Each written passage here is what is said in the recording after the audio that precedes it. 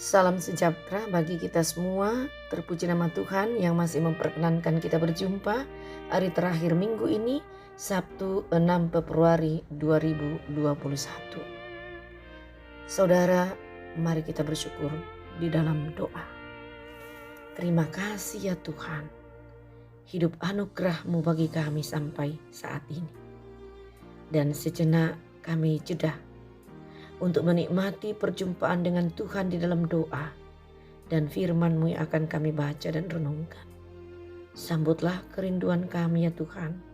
Di dalam nama Yesus Kristus Allah kami berdoa. Amin. Saudara, firman Tuhan Matius pasal 12 ayat 9 sampai ayatnya yang ke-14. Yesus menyembuhkan orang pada hari Sabat. Setelah pergi dari sana, Yesus masuk ke rumah ibadat mereka. Di situ ada seorang yang mati sebelah tangannya. Mereka bertanya kepadanya, "Bolehkah menyembuhkan orang pada hari Sabat?"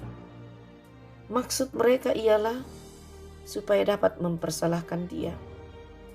Tetapi Yesus berkata kepada mereka, "Jika seorang dari antara kamu mempunyai seekor domba, dan domba itu terjatuh ke dalam lubang pada hari Sabat, tidakkah ia akan menangkapnya dan mengeluarkannya?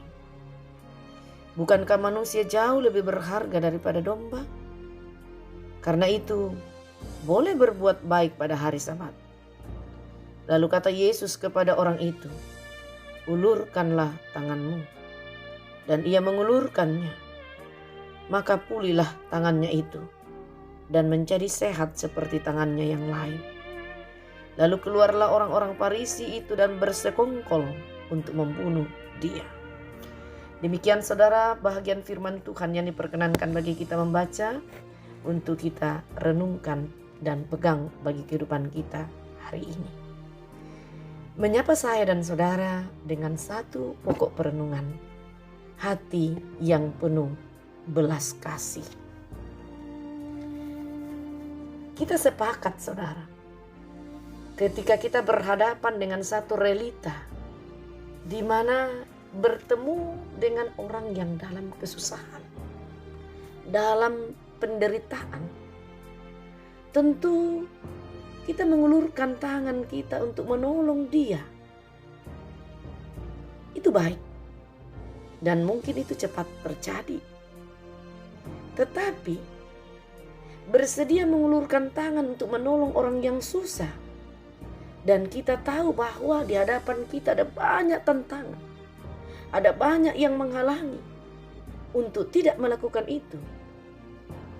Ya, mungkin kita tidak bisa jawab untuk terus melanjutkan keinginan untuk menolong dengan spontan seperti itu.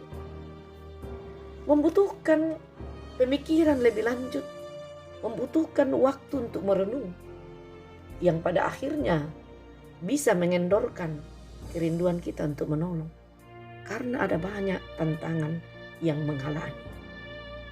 Nah, mari kita renungkan ini lewat perikop kita Matius 12 ayat 9 sampai 14.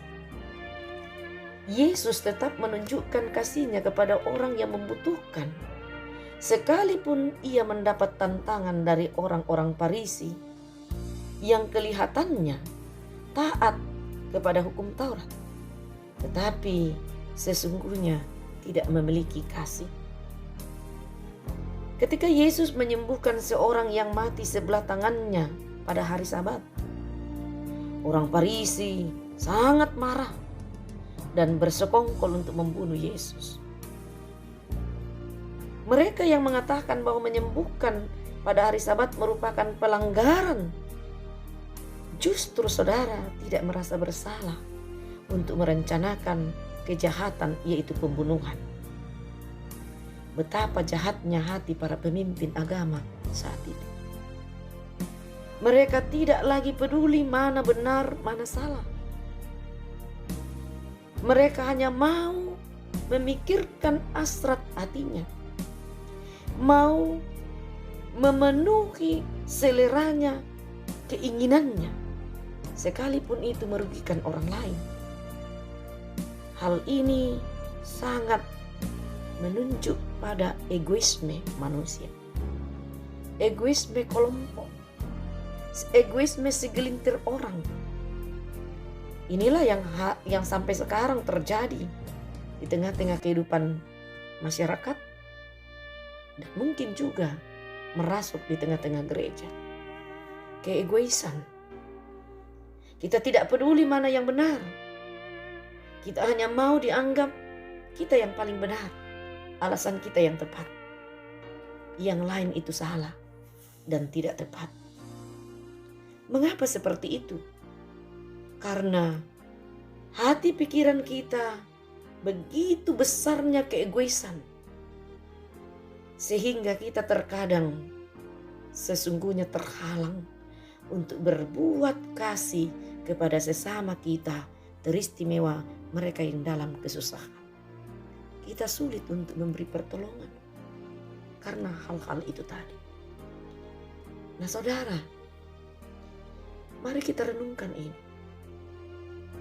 Semakin keras hati kita melihat penderitaan orang lain, semakin jauh sesungguhnya kita dari sifat Tuhan. Semakin keras kita di dalam kenyamanan kita sendiri, semakin jauh kita dari kenyamanan berada di dalam Tuhan. Semakin kita kejam dan keras terhadap orang lain, semakin kita tidak mengerti apa yang dikatakan sifat pengampunan Allah. Saudara, tadi saya menonton rekaman video yang ada di Facebook. Saya kaget. Rupanya di Toraja masih ada seperti itu. Seorang anak gadis atau perempuan dipukul dengan kejamnya.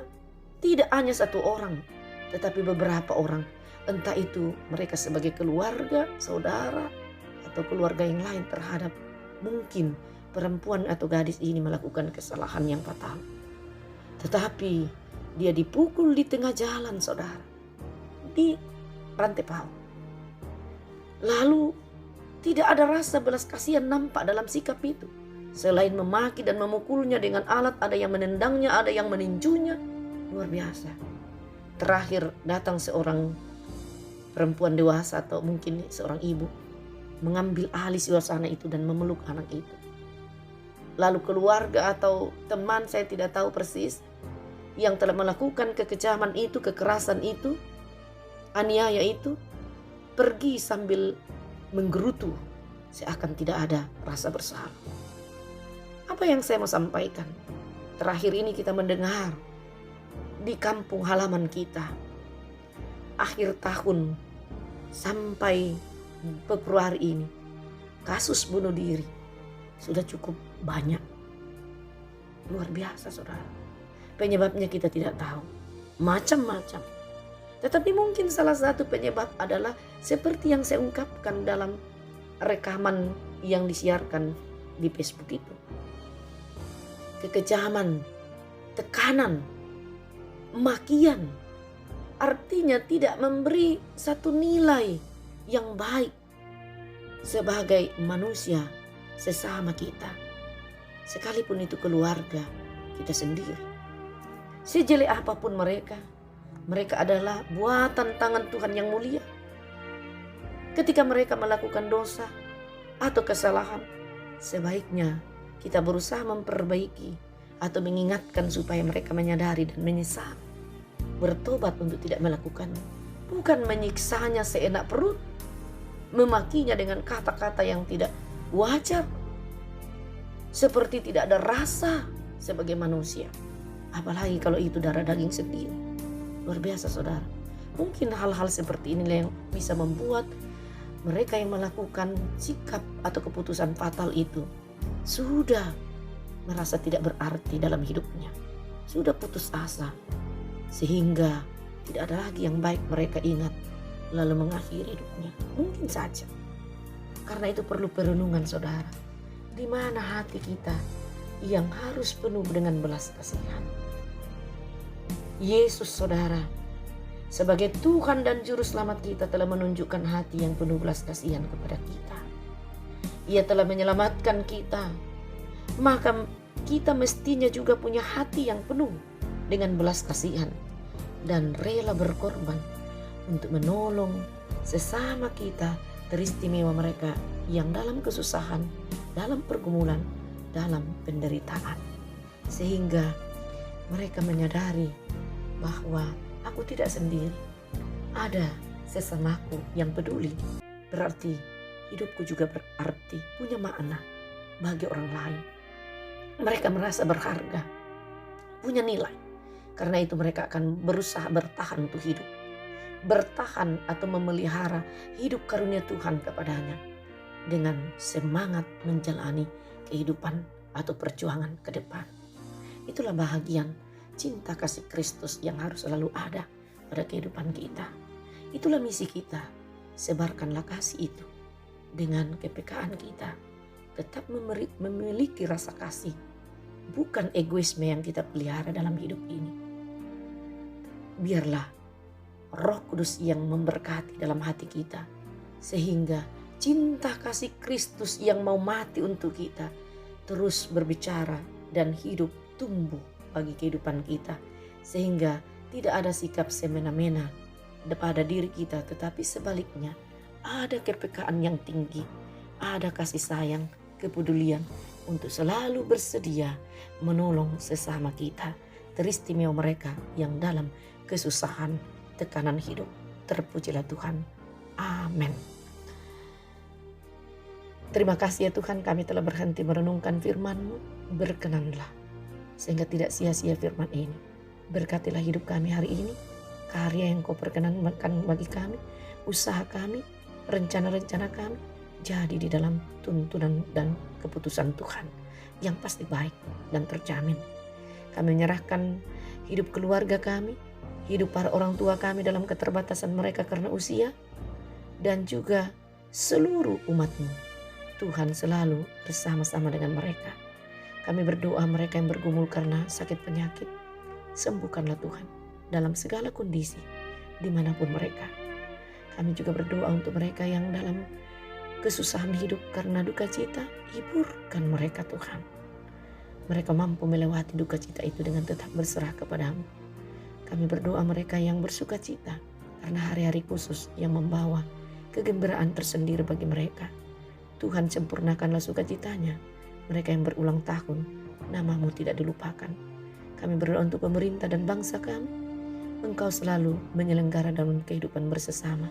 Keadilan, kebenaran, dan kasih Tuhan selalu disebarkan di dalam kepemimpinan pemerintah bagi umat-Mu, bagi masyarakat, nama Tuhan yang dimuliakan. Kami berdoa untuk kehidupan hamba-hamba Tuhan. Engkau berkati kami semua, tuntun kami Tuhan. Kami tegar dalam menjalani, meneruskan pelayanan yang Kau percayakan bagi kami. Jaminlah keluarga kami Tuhan, agar kami tetap bersuka cita dalam pelayanan yang Kau percayakan bagi kami.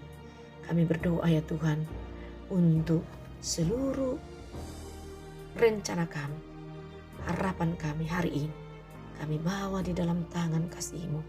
Tuhan selalu beserta kami dan berperkara yang pasti indah dalam hidup ini.